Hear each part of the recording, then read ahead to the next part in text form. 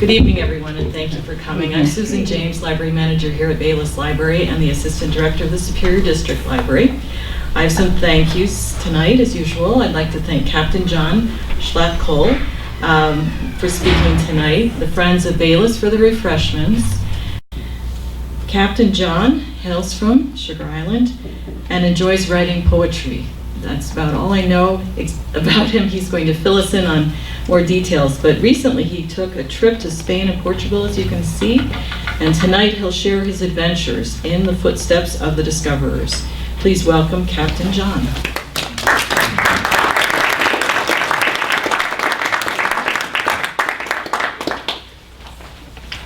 Thank you very much for coming.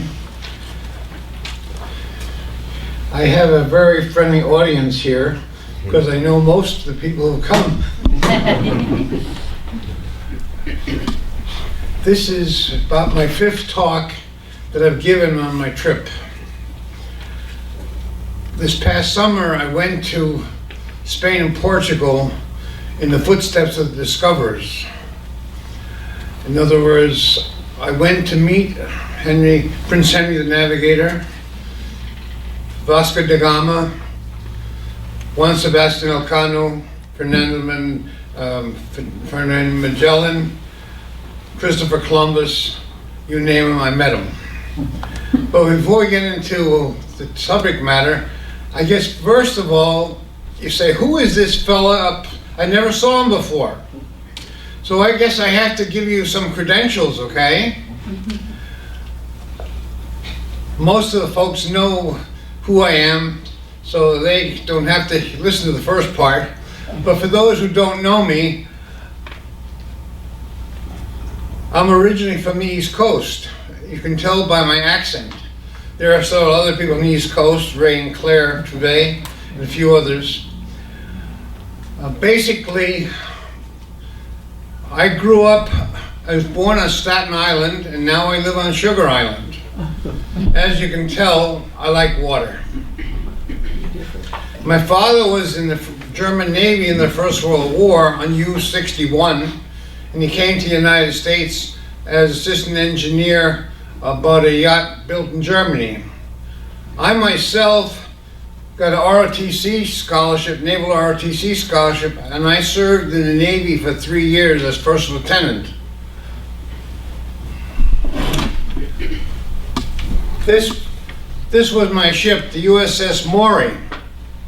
And basically what it was a hydrographic survey ship. And the question is, you probably don't know what a hydrographic survey ship is, but we made charts. We went all over the world. We were the first ship to visit Russia, been all over the world, crossed the equator, etc., etc. I guess at that time, I got this interest in maps and charts and things, and lo and behold, I was in Lisbon, Portugal, twice before the summer. I was there in 1954 as a midshipman, and in 1958 as first lieutenant on the ship. And the third time was a charm. The natives, the people in Lisbon, Portugal, are friendly. I recommend a visit there, but not in the summer. The obvious question is, in my talks, and when I'm giving the talks to the children, and the problem is, I say, do you know where Lisbon, Portugal is? They don't know. I'm going to ask you folks an easy one. Does everybody or anybody know where Lisbon, Portugal is? Or I'll reverse it. Who does not know where Lisbon, Portugal is? Oh, you're pretty good. To make a long story short, Lisbon was the jumping point of our trip. I got this globe here. You won't be able to see too much, but it's the southwest point of the Iberian Peninsula. It shares it with Spain, okay? We're going to talk a lot about Portugal because several of my heroes were there. And by the way, I have a quiz at the end of the program. It's optional. It's called The Great Age of Discovery, the Early Age of Discovery, 1418 to 1522, in their footsteps. It's an opinion quiz. Who do you think was the most important person in this era? Prince Henry the Navigator, Vasco da Gama, Christopher Columbus, Amerigo Vespucci, Ferdinand Magellan. So just listen, and maybe you'll develop your own ideas. I'm not going to tell you who my favorite is, but if you can guess at the end of the program. Okay. We were talking about the Great Age of Discovery. And the Great Age of Discovery basically goes from 1418 to 1522. It continued on. In other words, it really ended in 1620 with Plymouth Rock. Basically, the first age of discovery was exploration, then came colonization. All right, here's a question. Why did the first age of discovery occur then? Does anybody have any ideas? Why did people start going out of their area and go to other places? They had the ships to do it. Ah, great, very good. One of the key factors was the quality of the ships. These are the pictures. This is a painting of the 3 ships of Columbus, and they were very seaworthy, and they had a lot of good features. Okay, that you're not out of it now. That's one reason. What's another reason why did this age of discovery occur when I mentioned 1418? What was there any reasons why it happened then? I'll give you a clue. Did they have refrigerators to maintain food in 1418? No. A big thing was spices. Spices, in other words, the spice trade was very, very important.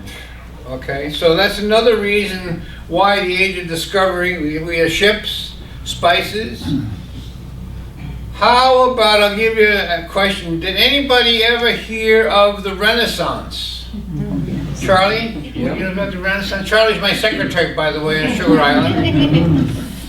Tell me, did they surprise you? Oh, yeah, he did. Okay. All right, does anybody else want to help? Anybody know anything about the Renaissance? Okay, I'll answer my own question, okay? Renaissance was a time when people started going beyond their local ways of doing things, and they wanted to know more about the world.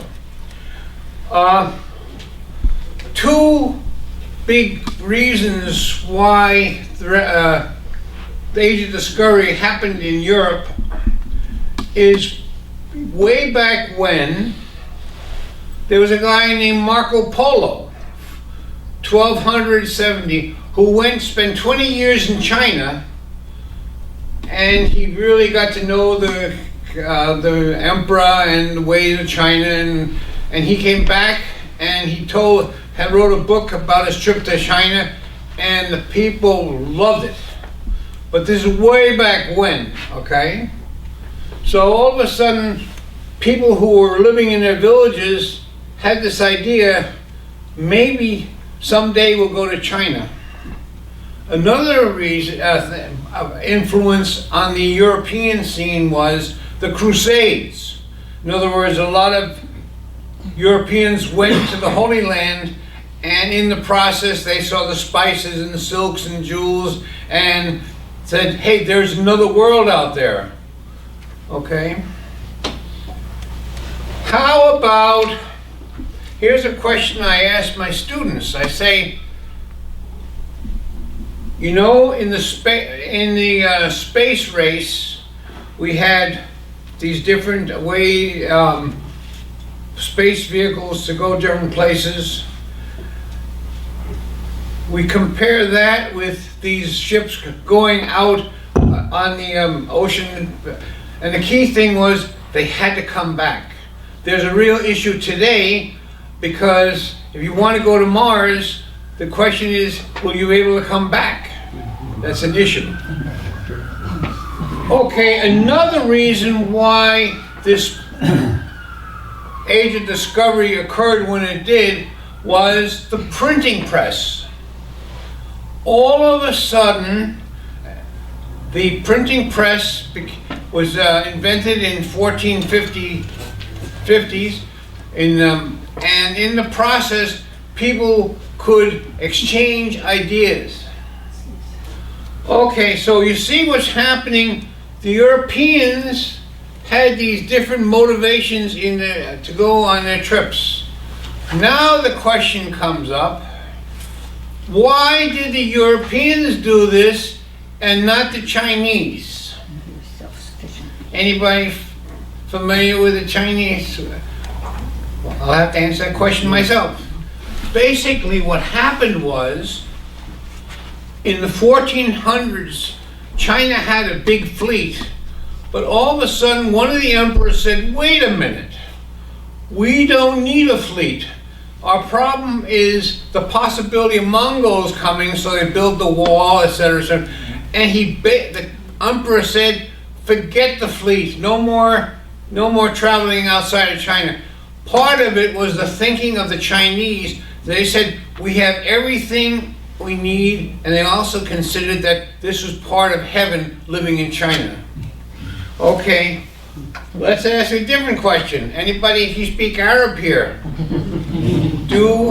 Why didn't the Arabs go on voyages of discovery? Well, a couple of things happened. One, they were very happy in the desert, and they were also very happy in the Mediterranean, and they had developed the spice trade. So they had everything they needed. They didn't need to go any further. Okay? All right, here's a tough one. Anybody from Central America? How come the people from Central America and Guatemala and places like that, why didn't they go beyond the Isthmus and the Central America? Believe it or not, one of the reasons was they didn't have sailboats. They did everything rowboats and stuff like that. And they were more or less happy where they were. Okay. I had a teacher way back when. He said, it's all in the books. If you want to look something up, it's in the books. Well, lo and behold, I got the books right here. In your papers I gave you, I mentioned this book, The Discoverers. Section 2 of The Discoverers talks about why do we have discoverers going on these different trips. I sort of gave you the answers in the preliminary. At the time, and Ray's question and answer was exceptionally good. The ships were able to do it, but they were also had the idea to go beyond their comfort zone. So if you want an excellent book, it's funny, this book starts out with clocks. It takes different inventions in history. It talks about blood circulation, telescopes. But section 2 is the discoverers. So if you read this book, you don't need to go to any more Captain John talks. I have a number of other books here. As I said, I like to travel. My parents came from Germany, and I was also in the Navy, and I can speak several languages, and I'm ready to go on a trip tomorrow if if we're able. Might do it, you never know. But right now, I feel well. We went on this trip this summer because actuarially had to do it before something might happen. Financially, we were able to do it. And I went with a daughter who is an artist from New Mexico, a son who's a doctor lawyer from Virginia, and a grandson who's won a scholarship at Detroit Mercy. And we flew from Sioux, Canada in July for $800 a round trip, and the other people had to pay $1,400.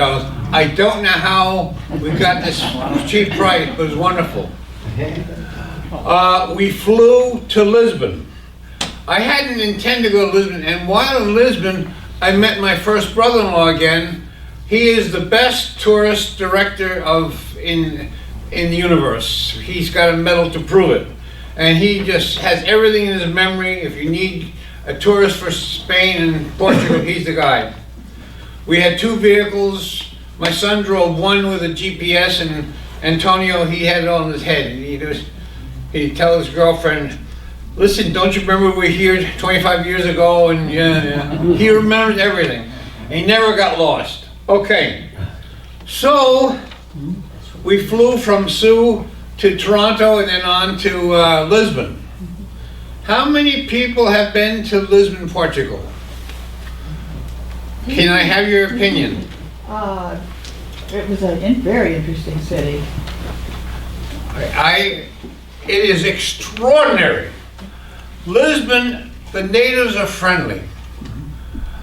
And as I said, I was there twice before and it just didn't click. This time, they did everything for me. For example, I was there in 1954 and 58. Well, since that time, they heard I'd be coming here in 2015, so they did some things for me. Lo and behold, they built a bridge across the Tagus River. They built the second statue of Christ the King, similar to Rio de Janeiro. But the big thing that I liked was, here we go, the monument to the discoveries. I had not really heard much about it. How many people knew about the monument to the discoveries? As a matter of, well, let me tell you about this place. By the way, in Portugal, the streets are all cobblestone. You get some idea here. And it's all maritime motif, just wonderful. Well, now we're getting to nitty gritty. What do you know anything about the Monument of the Discoveries? It was built in 1960, 500 years after the death of Prince Henry the Navigator. Who doesn't know about Prince Henry the Navigator? All right, it just so happens Prince Henry the Navigator is my hero, okay? Literally, I talked to him. And you can ask my daughter. I was here in Sagres. This is the first maritime school in history. It wasn't as such a regular school, it was they got together and they exchanged information.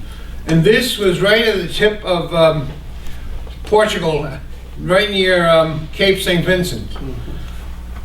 Now, Prince Henry was the third in line succession, and to make a long story short, he didn't have a chance to be king, but he had this notion. He said, let's find out whether or not Africa ends. Can we go from Portugal to India and get spices? But what we need to do is go south. Okay? This is and remember Prince Henry had this place in Sagres, and he also had the authority of the state, so he was the brains. One of the things about Prince Henry is he was the person who made exploration and discovery a fact for the rest of the world. As a matter of fact, these other fellows basically were in his footsteps. In Sagres, I was there, I talked to him, and I got these pencils at Cape St. Vincent next door to Coburgs. One is a picture of Prince Henry the Navigator, they call it infant, which means hereditary, and this is a method of measuring the sun lines, okay? Lo and behold, I'm in Sagres, okay? And this is a padrão. We'll tell you about them in a second. What Prince Henry did, to quote somebody, "We have nothing to fear but fear itself." Does anybody remember who said that? Franklin Roosevelt. Well, Prince Henry told the captains on his ships, "Captains, you have nothing to fear if you leave the comfort zone of where you've been." The comfort zone was right near Portugal. So what he said, guys, I want you to go south. But there was a problem. Most people like to stay in the comfort zone and don't want to go on adventures. Couple of reasons. They thought if they went south, the water would be so hot that the ships would dissolve in the water. They thought there were sea monsters. They thought that if they go south, the water would be only 6 inches deep. They thought that, and they really didn't think it would drop on the end of the earth, but the Portuguese captains, they said, we're happy where we are. Well, Prince Henry said, guys, we'll never know if we don't go on these adventures. So over a period from 1418 to 1460, he encouraged the Portuguese to sail south, eventually finding out whether or not did Africa end or not. And what they did was they marked their trip south on these with stone columns, padrão. So there it was. This is a typical column they would put on in Africa to mark where they were. And at that time, and you can ask my daughter Margarita, and she heard me, I was talking to Prince Henry the Navigator. So my son was there.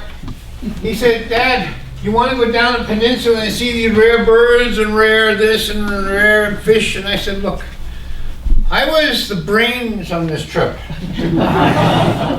I said, I am Captain John. I designed this hat.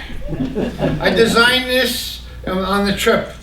I didn't pay any attention to, I should have brought more saffron back. I should have brought more stuff back. We did bring some paelleros back, if anybody know what they are. But I was totally focused on the trip. I didn't pay any attention to the food or anything, but I met everybody there.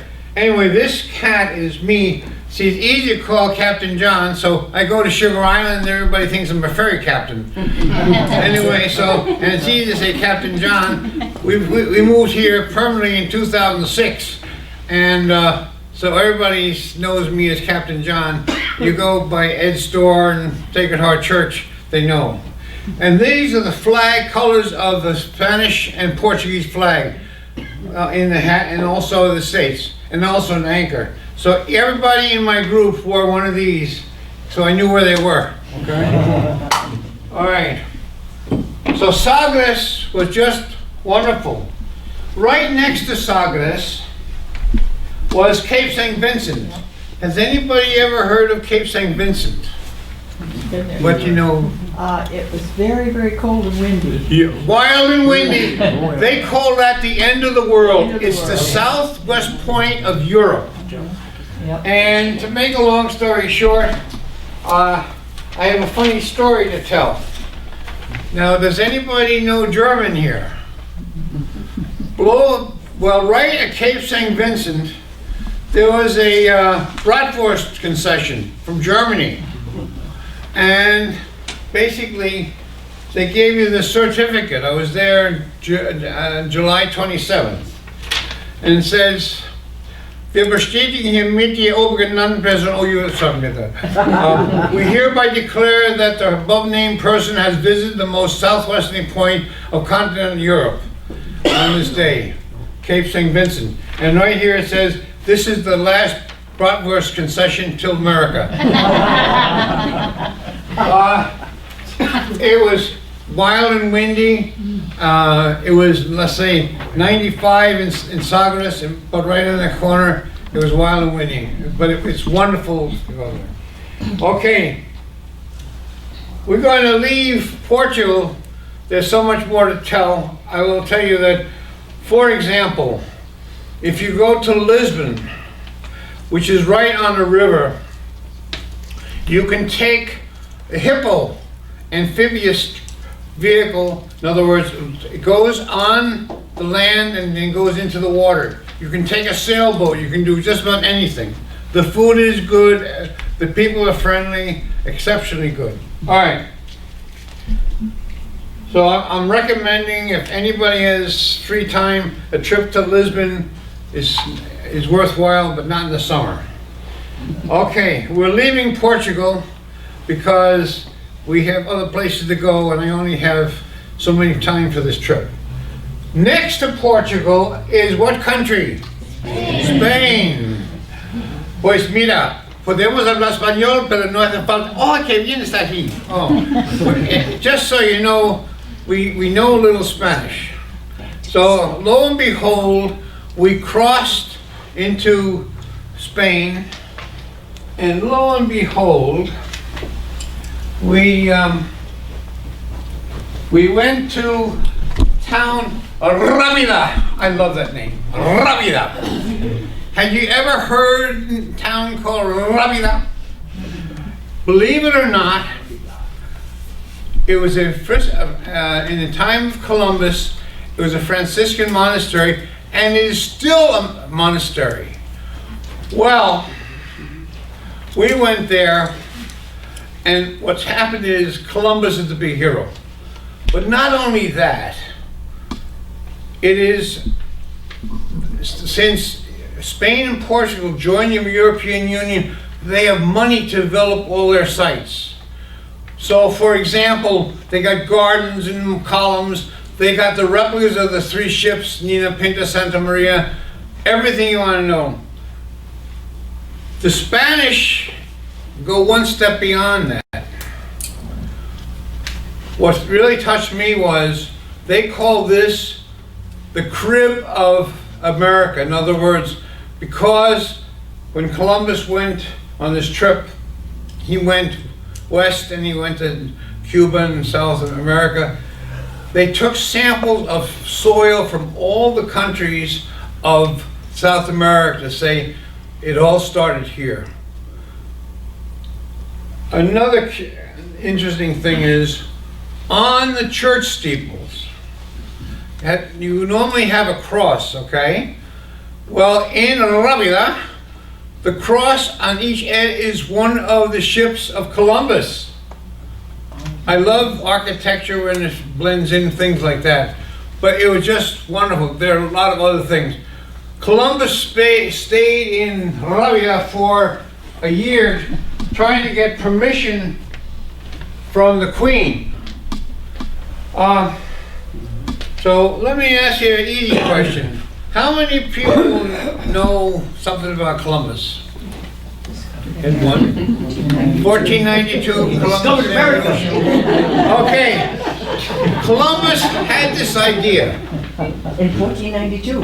He said, if you sail west, you will hit Asia. Japan, China, India, whatever. To make a long story short, he had this idea, but he went to the King of Portugal, went to the King of England, France, and nobody wanted to listen to him. Part of the problem was Columbus didn't have any money. Part of the problem was that he was not a native. He was from Genoa, Italy. But he had this idea. Well, you know the story in the Bible about the widow and the judge? He wore him out, she wore him out? Yeah. You'll look it up then, okay? Well, he wore the folks out. He was persistent in his dream, and finally the queen said, okay, I'll give you some money, and he got the clearance to go on a trip.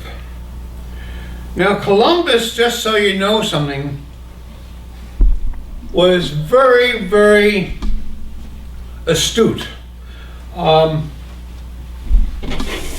Has anybody ever heard of Samuel Eliot Morison? He's written the history of Navy of the Second World War. He thinks that Columbus was the greatest man ever lived. Because his seamanship was just wonderful. Here's an easy question. How many voyages did Columbus make to the New World? 1? No. 2? No. 3? No. 4? Yes. Okay, just so you know. And he went to different parts and he did an exceptionally good job. Columbus was originally from Genoa, but he also went to Lisbon for different reasons. And Lisbon, believe it or not, was a center of map making. And he also made trips to England, to Iceland, and different other places. So one of the key things is, if you are a sailor, and if you want to be a good sailor, you've got to be observant. I've read stories about ships sinking and hitting different problems, and lots of times the captains look at the computers and stuff, but they don't look out the window to see whether the clouds are there. Columbus paid attention to the wind and all kinds of stuff. Very, very astute. Now, Columbus is a person a lot of people think is the greatest guy in the age of discovery. I'm not going to give you my opinion, but he sure did a lot of good stuff, okay? All right. Columbus, though, was, I would say, changed the world in different ways. Did anybody see the PBS story 10 years ago in Columbus? Basically, so many things happened. One of the things is they call about the Great Exchange. For example, the vegetables and the fruits from the Americas went to Europe, and potatoes came here, horses, the Great Exchange, very, very famous. So it was a hinge event in history, but you get a chance, you may want to look at it. All right, we're going to 1492 when this happened. 1497, there was another fella, I skipped, it's on your chart. In 1488, Bartholomew Diaz went and discovered that Africa ended. Okay? Africa ended and it didn't go to South Pole. And right here, Bartholomew Diaz, 1488. And that was another big event. Anybody here from Brazil? My doctor's from Brazil, Dr. Miranda. Does anybody know him? Anyway, to make a long story short, the strange story about Brazil. The people were going, Portuguese, after Da Gama had gone to India, in 1500, believe it or not, the guys sailing from Portugal, they got in a storm and they wound up in Brazil. So that's one of the reasons why they speak Portuguese in Brazil. All right, here's a trick question. Who made the first map of the American New World? It's in your paper. Juan de la Cosa, okay? Juan de la Cosa was the owner of the Santa Maria, and he made the first 2 trips with Columbus, and he made a chart of the Indies, and it's in here. You want to look it up. And the map is actually in the museum in Madrid.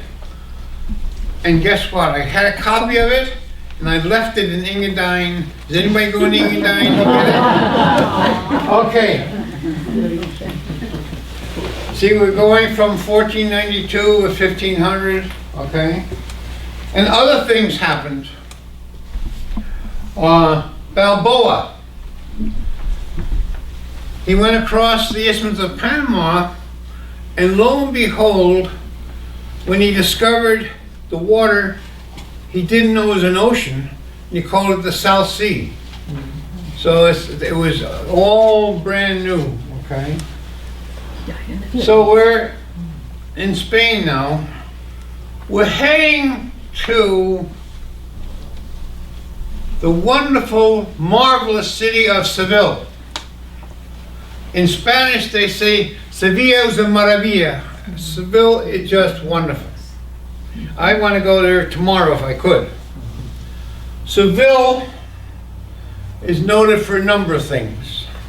Believe it or not, it's noted for flamenco dancing. I never got to a flamenco place. I was busy with Captain John stuff. But it has a couple of unusual features. For example, it has the 3rd largest church in the world. Right here. There are 37 ramps in the church tower for horses to go up. Can you believe that? Now the younger generation did it and I was pooped out. We did it. You did it, okay? It is also the home of, believe it or not, Columbus has 2 burial sites. One is in that church, and the other thing is in Santo Domingo. So where he really is buried, I don't know. But let me tell you a story why Seville is very dear to me. Moving on. In Seville, we met a cousin of ours, a young girl, 22 years old, named Laura, and she's a breath of fresh air. I had seen her 10 years previously. Anyway, just so one of the things we did, we took a horse-drawn carriage through Seville. There were 5 of us, and according to the rules, he was only allowed to take 4 passengers. So little Laura, she sat up front, and that was his girlfriend. As we drove from the horse-drawn carriage through town, a bartender came out and gave him the driver and Laura little cups of wine. Okay, it gets better.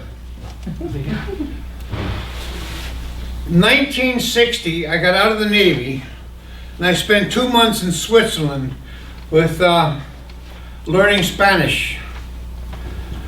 And the way I learned Spanish, I was at Emily's sister's, and I learned it through a book called the Rimas. And this was written by a fellow named Gustavo Adolfo Becker. Well, and he's good poetry, and that's one reason I write poetry. Lo and behold, we passed his statue right on this horse ride. Okay, and by the way, the name of the horse was Romeo, of all things. That's the name of one of our dogs. We have 2 dogs and 4 cats. At the end of the ride, we went to a place called Plaza de España. Well, in our house, we had a tapestry it's a big colonnade. And all the time, I thought that this was the Casa de los Indios, where when the Spanish came back, they had to give all the reports to this place, so they have control over the money and control of the reports. Anyway, this was built in 1929. Lo and behold, all these years I thought that was the center of the Spanish trade, and and my son has it now, and so things that we didn't know in the past came true. Another feature of Seville is what I wrote in the poetry, the last page, okay? I wrote this poem in '97. Treasure of Atocha, that was not a ship that had sunk. Sand covers the gold and silver lost years ago in Spanish galleons. Determined men use modern means to find this hidden treasure. They also see clues in old journals in Seville. What they do is, if they're looking for these treasure ships, they go to the original files and helps them find where the ship sank. Some find treasure, most do not. Yet these noble metals lie still and age quietly in the sands of the sea. Dare we ask, though, who may the rightful owners be? In other words, so Seville is a charm. As I said, in Madrid we found the other thing that was important about Seville,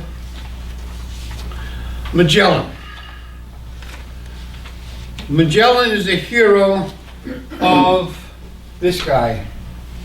He has his reasons, okay? One of his reasons is Columbus, don't bother me with details. Columbus had this idea, sail south to the buttermilks and go take the westerly, and then you'll make it to Japan or the Indies. Magellan had to do everything the hard way. And he was also Portuguese, and the Spanish didn't like it, but he made it. Magellan had 5 ships, and only one came back. It's listed there, the Victoria, and it did very well with the spice trade. All right, anybody speak Italian? Buongiorno, signori, signorini, che vuol dire? Here is something.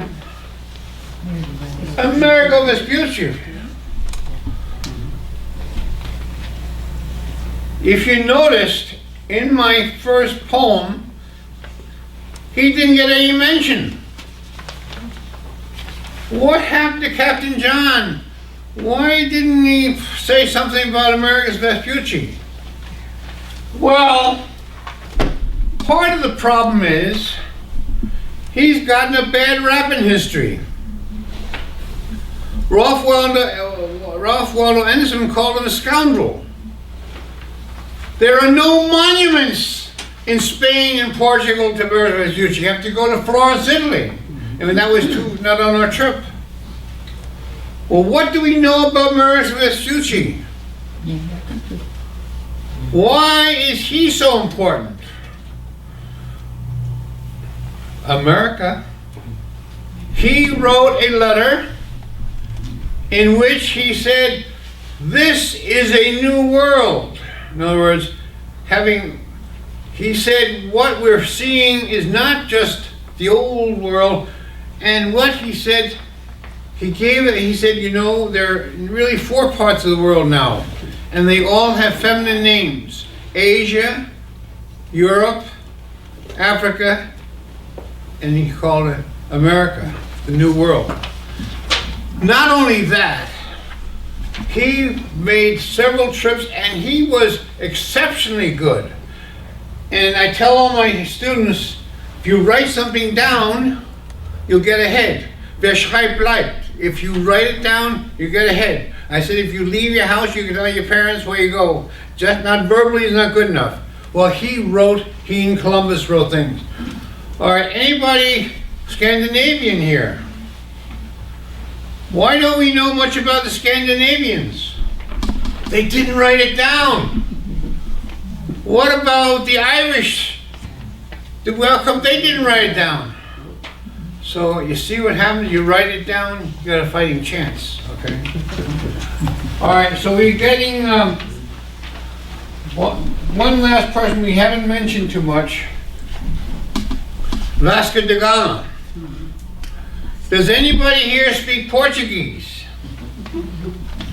Well, it just so happens that the Portuguese Shakespeare is Luis Camões. And he wrote an epic poem about Vasco da Gama's trip to India.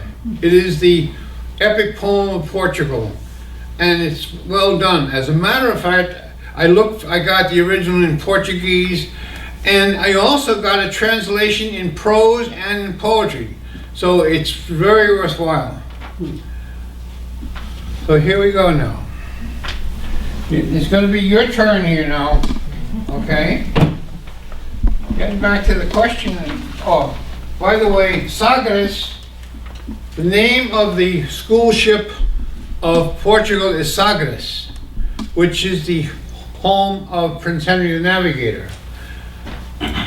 The name of the school ship of Spain is Elcano.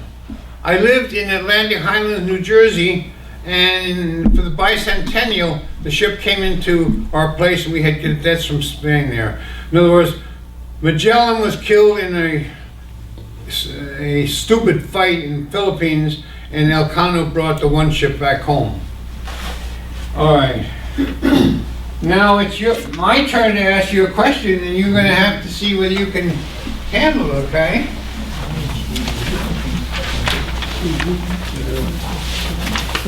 This is an optional quiz. Okay, optional. She can answer, you don't have to answer the question. And we did that beforehand, okay? She can answer. All right. Who do you feel, in the light of everything you know and what you learned tonight, who do you think was the most important discoverer at the early age of discovery? Go ahead. Prince Henry. Why? Why? Because he opened the door. I love that answer. I love that answer. All right, let's see. How about somebody stick up with somebody else? He's going to win by default? Believe it or not, when I first got into this thing, this age of discovery, my hero was Magellan. Part of it because he, how should I say, had a lot of troubles, he had to organize things, etc., etc. But basically, what Prince Henry, what he did was, he gave the whole idea of exploration and discovery a rational, sound basis. It wasn't a one-man shot in the arm. So he did it over a period of time. And he also had the authority. Though he didn't go sailing, but that's my hero right now. All right, let's see if you got another, I don't know if I mentioned this or not, okay? Let's see if, okay. All right. Why or who is the first leading Portuguese discoverer? Prince Henry the Navigator. You follow me? The Portuguese think he's so good, you wonder why. There are 33 other figures on there. One saint. Can you think of a saint that the Portuguese might have found there? He was a missionary. St. Francis Xavier. Only one lady is on there. Why would they put a lady on there? You got it. She was a queen. She was Prince Henry's mother. Okay. All right. Let's see how good you listened. Tell me, who was Bartholomew Diaz. Made it to the end of Africa. Huh? Made it to the end of Africa. Yes, in 1488. Okay, are you ready for this?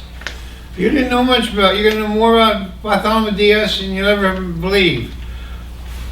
He came in 1488 and he rounded Africa in a big storm.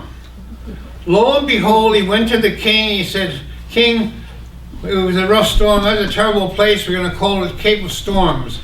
And the king said, it's in your notes, "We're gonna call it Cape of Good Hope." Okay? Now you want to hear something, how things come together. Columbus had 3 ships. The Santa Maria went aground Christmas Day in Santo Domingo. The Nina and Pinta were left, and Martin Pinzon left Columbus all by himself, and Columbus got in this big storm and he wound up in Lisbon.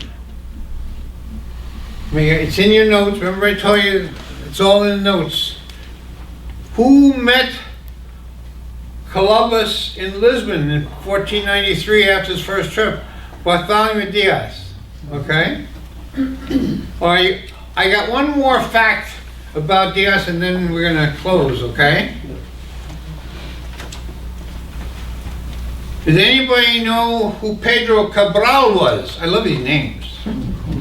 Pedro Cabral, Yeah, he sounds like a baseball player. he was supposed to go to India and he wound up in Brazil. Guess what though? It was a big storm and Bartholomew Diaz died in that storm. Can you see how things change? Okay, my time is up. I'm ready for any questions.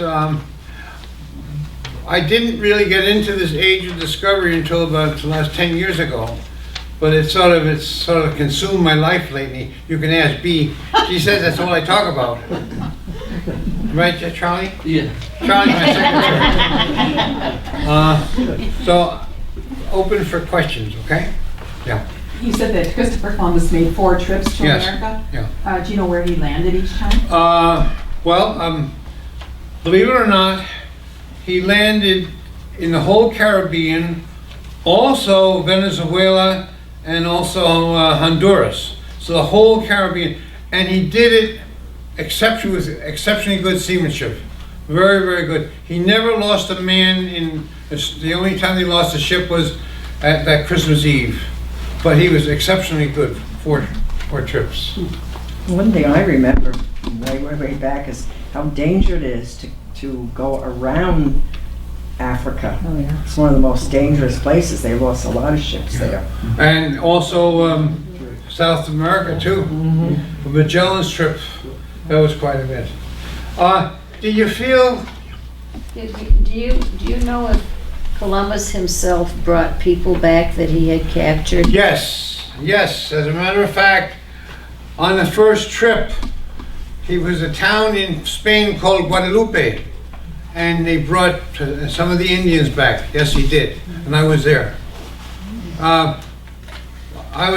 Because I've been to Spain many times, and I've been all over there, okay?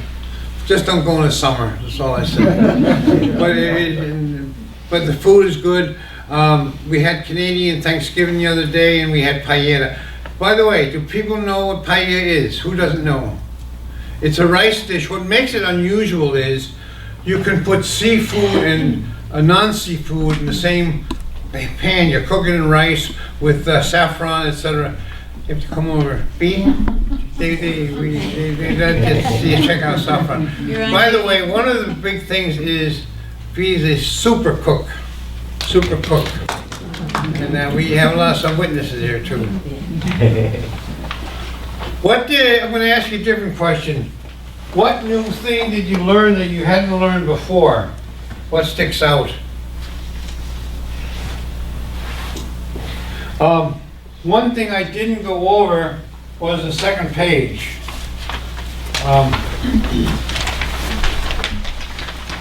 This is also in Lisbon. It's a monastery. We didn't go in there because it was so crowded. But it's a monastery that all the sailors went when they left, before they went on a trip and back. And it has, Vasco da Gama died in India and they brought him there. Also, the poet Luis Camões there, and also the infant king who went on a stupid adventure in Morocco and died. But it was so crowded, we didn't go in there. It says, what makes it unusual is that there was a major earthquake in Lisbon in 1755, and that's one of the few buildings that didn't break and crash. Now, let me ask you a question. Of the places I mentioned, where would you like to go? Lisbon. Lisbon? Seville? I recommend both highly, very highly. You know, it's funny, we also have family in Madrid. Madrid has, you know, palace, different things, but all the buildings are red apartment houses. There's nothing to see.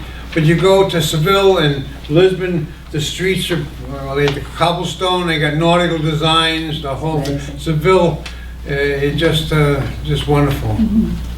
So my time is up, it's 8 o'clock, and I look forward to answering any questions, because I'm on this age of discovery, so I thank you very much.